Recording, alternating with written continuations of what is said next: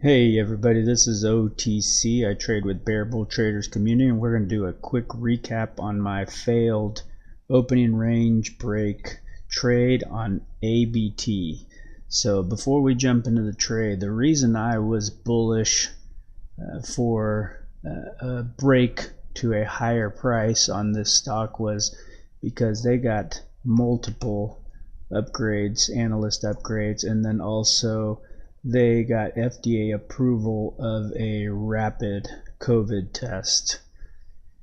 On top of that, let's look at the daily chart real quick.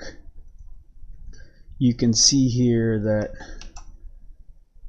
yesterday closed 103.14.19, and then today opened right around 111. So sure enough, it made an $8 move in the after hours and yesterday to today. So that popped up on our gappers list with our trading community. So I thought catalyst upgrades, this thing's gonna take off, but did not.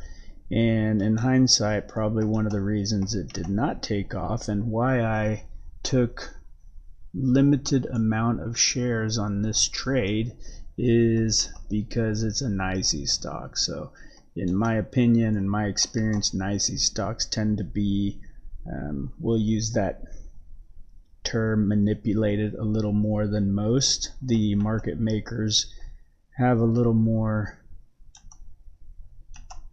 push to do what they want with these stocks, and they don't always trade so clean, if you will. So let's jump right into my trade. So the reason I thought it was gonna be a good trade or opening range break is in the pre-market. Scroll out just a tiny bit so you can see here in the pre-market, after the gap up, it fell below VWAP, but then reclaimed it right around 6:45 a.m. came down, touched, reclaimed it, and then put out this big doji, which at 8 o'clock candle, I always mark it, tends to be pretty wicky. You'll see the stock bounces off of that a lot, and you'll see in a lot of my recaps that I mark that with a blue, call it the TFL line. But that is always the 8 a.m. candle on the pre-market. So got over this level and then made a nice run up before the open, and then what does it do? It drops back down, right? So thinking, okay, now it's settling down. I should have thought about the fact that that was weakness because it was below VWAP, but came down, reclaimed a new price, and then from there planning for it to go to the high, but it did not, and I did not take too many shares on this trade. So you'll see here my entry, first entry was thinking that it was holding this line here, right? This level here was holding, but was not quite over the TFL line or not quite over the pre-market high. So took small amount of shares, then noticed that it was retracing, and I went ahead and bailed on it. My stop loss was for the loss of the averages, the 9, but I noticed this candle and then this candle, and I thought, okay, it's going to pop, because although this was an indecision candle here, right? You've got wick to both sides, and although this has got selling pressure here, it is on pretty low volume in relation to the 3-bar move that it made. So let's increase the size of the pen just a tiny bit.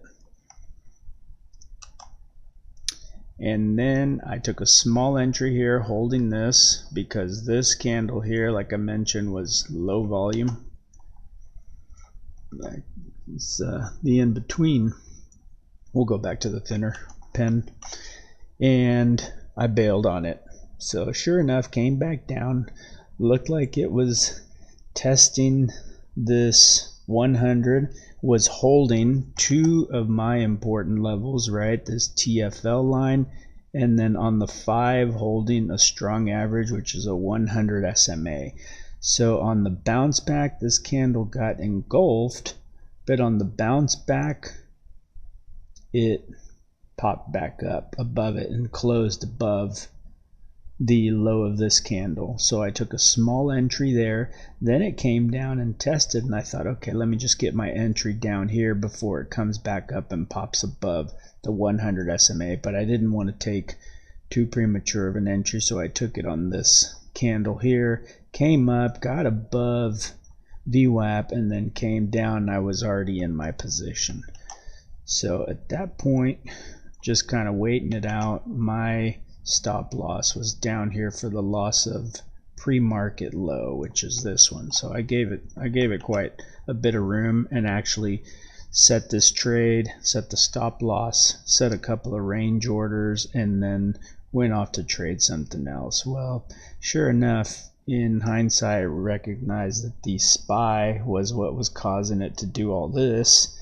And then once the SPY caught its direction, ABT kind of did the same thing. So watched it a little bit off of the auxiliary chart, saw that on increasing volume, it was throwing this candle here, and then another on increasing volume here. So I thought, okay, my stop loss will hold. My stop loss will hold. Well, sure enough, I set my stop loss a little bit too low, because I think, let's scroll out, but I think that was basically the low of the day. So let's go scroll over a little bit.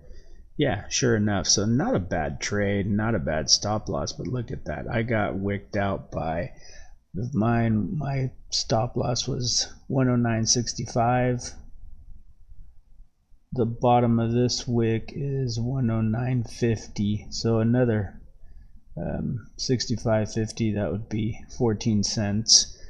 So could have put it a little lower, but I had my risk that I was willing to give up on this, and that was my technical level, was the pre-market low, and I really thought it was going to hold this 100 SMA on the 5.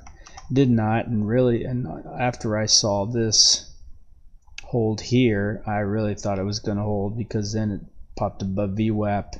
Before it did that, I took a little more entry, and all in hindsight, not a trade that was in my favor, but I don't think was a bad decision or a bad trade. And then I don't know what occurred here, but in one candle we had a $3 move in one candle. So look at the volume that popped up on here.